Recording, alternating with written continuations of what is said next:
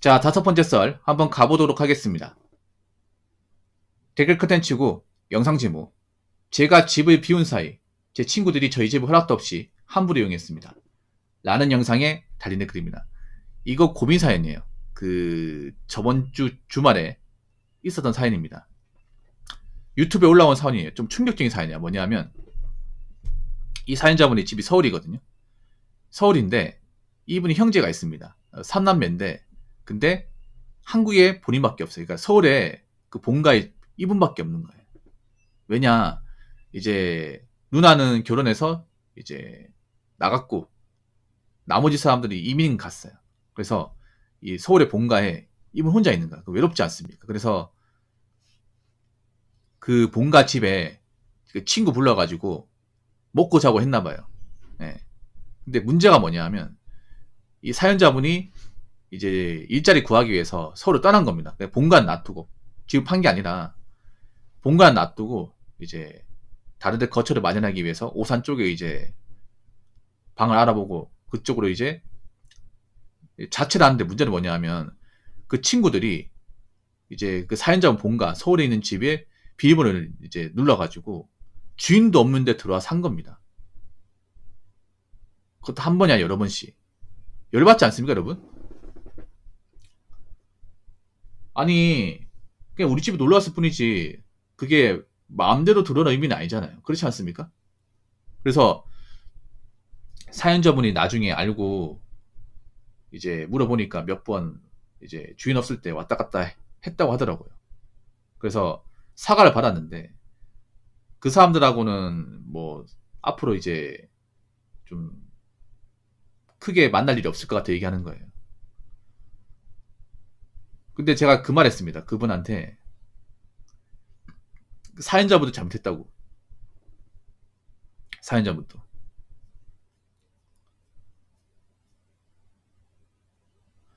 어떤 잘못을 했냐면 왜 처음부터 그 친구들한테 비밀번호 다 알려주고 왜 마음대로 오게 만드냐. 님이 먼저 그렇게 한 거 아니냐. 여러분 생각해 보세요. 여러분 친구 집 그냥 마음대로 왔다 갔다 합니까? 그렇지 않습니까? 그리고 엄밀히 말하면 혼자 있다고 하지만 그 집은 사연자분 혼자만의 집이 아니잖아요. 가족들 집이에요. 그냥 가족들이 지금 안 사는 것 뿐입니다. 그렇지 않습니까? 그럼 가족들 물건 남아있을 거 아니야. 부모님들 물건, 동생 물건 남아있을 거 아니야. 근데 주인도 없는 집에 들어와서 그 물건을 안 훔쳐갔다는 보장이 없잖아요. 그렇지 않습니까? 아무리 집에 비싼 물건 없다고 해도 팔 수 있는 건 많이 있거든요. 팔 수 있는 것들은. 예를 들어 그런 거 있단 말이에요. 여러분 중고폰 같은 거 왜 우리가 폰 새 거 바꾸면 그 전에 폰 안 쓰잖아요. 그 서랍 같은 데 넣어놓잖아. 그거 팔면 돈 되거든요, 여러분. 그런 거 훔치는 사람도 많이 있어요, 여러분. 아니 뭐 컴퓨터 외장 같은 거 훔쳐간다거나 그거 돈 되지 않습니까? 그런 거 안 훔쳐간다는 보장이 없잖아. 아니면 집안을 어지러 놓는다든지. 얼마나 찝찝합니까, 여러분? 어? 주인도 없는 집에 누가 왔다 갔다 거린다는 것 자체가. 양심이 없는 거죠, 여러분. 그래서 제가 누누이 얘기하는 게 여러분 있잖아요. 내 집을 함부로 보여주면 안 돼, 내 집이라는 공간에. 그 비밀번호 같은 것도 알려주면 안 됩니다. 요즘엔 좀 조심해야 돼요, 여러분. 아무리 친한 사이라 하더라도 웬만하면 이 프라이버시 같은 건 지켜줘야 됩니다. 여러분도 여러분 친구 집 같은 거 있잖아요. 함부로 왔다 갔다 하면 안 됩니다. 뭐 친구가 오라 하면 가겠지만 그리고 웬만하면 친구 집에 자는 것도 저는 기피하라고 말씀드리고 싶어요. 그냥 거기서 그냥 뭐 좀 놀다 가는 건 괜찮은데 1박 하는 건 좀 아닌 것 같아요. 개인적으로는. 네. 그냥 거기서 좀 있다가 이제 잘 때는 집에서 자야 돼요. 뭐 이렇게 말한 붕어형 그래도 아는 사이인데 너무 깐깐한 거 아닙니까? 라고 말할 수는 있겠지만요.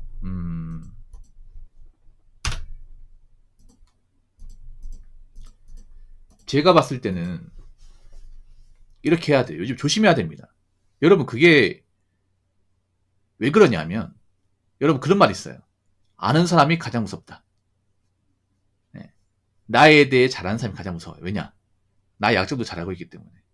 그리고 보통 한국 사람은 오래 알고 지낸 사람한테 의심을 잘 안 합니다. 의심 같은 거. 이분도 생각해봐. 이분도 오래전부터 알던 친구이기 때문에 의심을 안 한 거야. 얘가 설마 그러겠어라고 생각했는데 설마가 사람 잡는 거죠.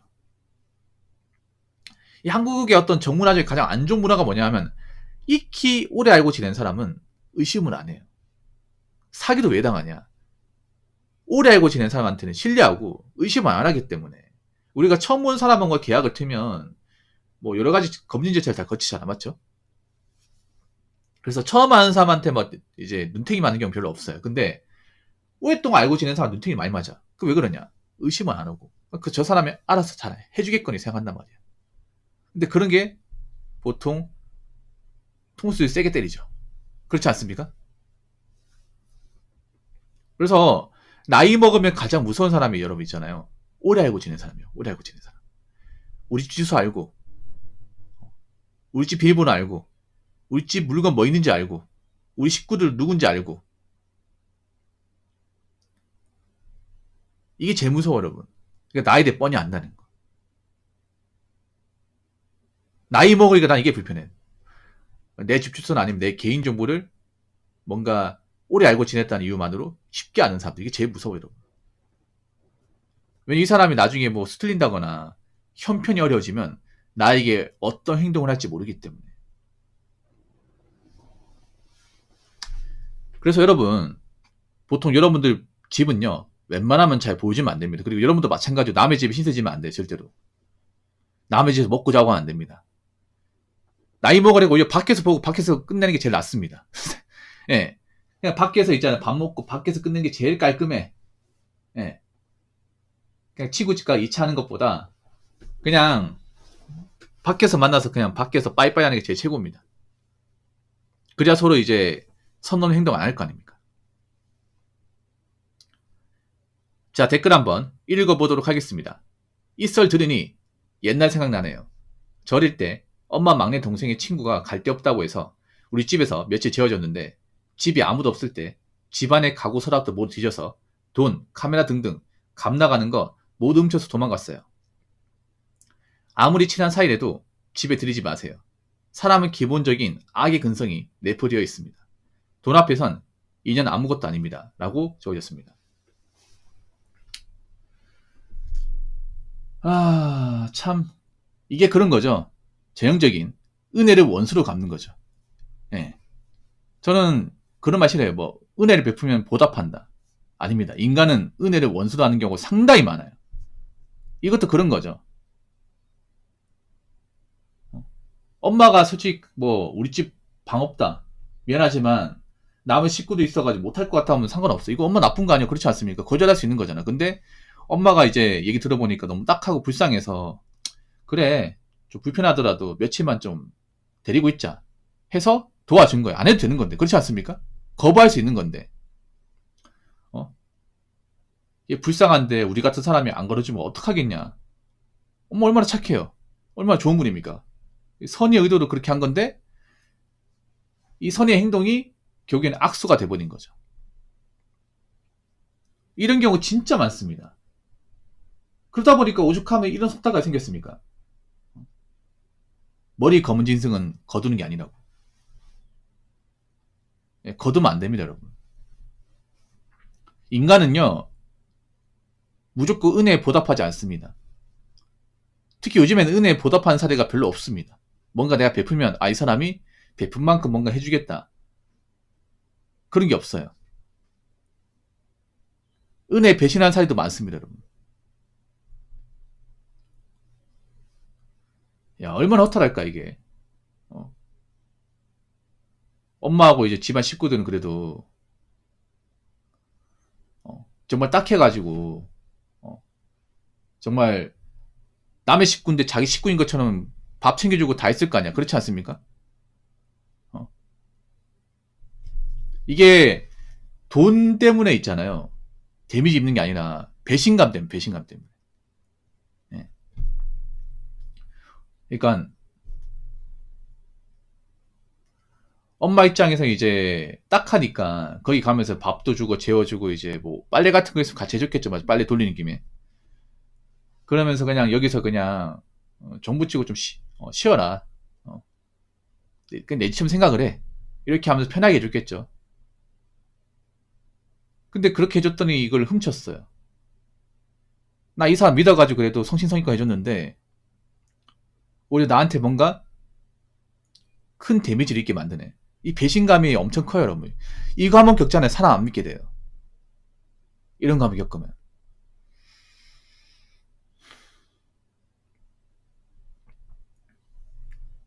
내가 좀 이렇게 잘 챙겨주고 있는데 이걸 배신으로 겪잖아. 그러면 이 데미지가 평생 갑니다, 이게. 아마 어머니께서는 이 겪고 난 뒤로부터는 앞으로 사람으로 드리고 하는 거 절대 안 했을 겁니다, 이게. 아마 사람을 다시 보는 계기가 되었을 거예요. 근데 이런 사례가 진짜 많습니다, 여러분. 누군가한테 뭔가 베풀면 적어도 나한테 해코지는 안 하겠지. 많이 해요. 특히나 뭐 내 집에 누가 이제 뭐 들어 산다 이런 거 말리셔야 됩니다. 하면 안 돼요. 아, 그러고 보니까 예전에 비슷한 사례가 있습니다. 제가 고민 사연을 했던 게 있는데 유튜브에 안 올렸어요. 아주 오래전 얘기입니다. 뭐냐면 어떤 여자분이에요. 예, 어떤 여자분인데 그분이 이제 자기 아파트가 있어요. 예, 자기 집이 있어. 집이 있는데 예전에 공장 다니면서 알게 된 언니가 있어요. 근데 그 언니가 이제 그 동거남하고 싸워가지고 쫓겨났어. 쫓겨나가지고 갈 데가 없다 해가지고 그분께서 자기 집에 방 하나 남는데 거기 생활해라고 이렇게 해줬어요. 얼마나 고마운 거야. 그렇지 않습니까? 거절할 수 있는 거죠. 그래서 우리 집에 들어와 살아라. 방 하나 남으니까 거기서 이제 대신에 집에 뭐 총사익 쓰고 있으면 도와달라 해가지고 이렇게 들여왔는데 문제는 집에 오니까 아무것도 안 해. 밥도 안 차리고 아무것도 안 해요. 완전 잉여인간이야. 잉여인간. 몇 달직으로 사는 거야. 난 쇠가 빠지고 돈 벌어가지고 생활비 우리 집에 이제 밥이랑 다 하는데 그냥 먹기만 하고 싸기만 하고 아무것도 안 하는 거야. 이거 몇 달째 보니까 이 생각 드는 거죠. 아, 왜 쫓겨난지 알 것 같다. 그래서 그분도 내보냈어요, 이게. 실제 사연입니다. 실제 사연. 그분은 약간 좀 머리가 어질어질했습니다, 이게. 예. 그분도 그런 거예요. 아, 남자분이 잘못한 게 아니구나. 이 사람 애초에 문제가 있었구나. 같은 여자지 이해 못하겠다. 바로 내보냈어요, 이게. 그래서 여러분 있잖아. 너 머리 검은 짓은 거두면 안 됩니다. 함부로 거두면. 특히 자기 앞가리 못하는 머리 검은 짓은 절대 거두면 안 돼. 이게 중요해요, 여러분. 먹고 살기 힘들다거나 뭐 돈이 없어가지고 내가 불쌍해서 거둔다. 이거 절대 하면 안 돼요. 이것도 그런 거잖아. 생각해보면 맞잖아. 지금 이 썰도 그렇고 제가 아까 얘기한 썰도 그렇고 두 가지 공통점이 뭐냐면 두 사람 다 기본적으로 앞가리 못한다는 거야. 앞가리 못해 불쌍하니까 내가 거두자. 이러면 안 돼요, 여러분. 이러면 드리는 순간 예, 내 인생이 득이 되는 게 아니라 엄청난 실로 돌아올 겁니다. 아시겠죠? 자, 이상으로 5번째 썰 마치도록 하겠습니다.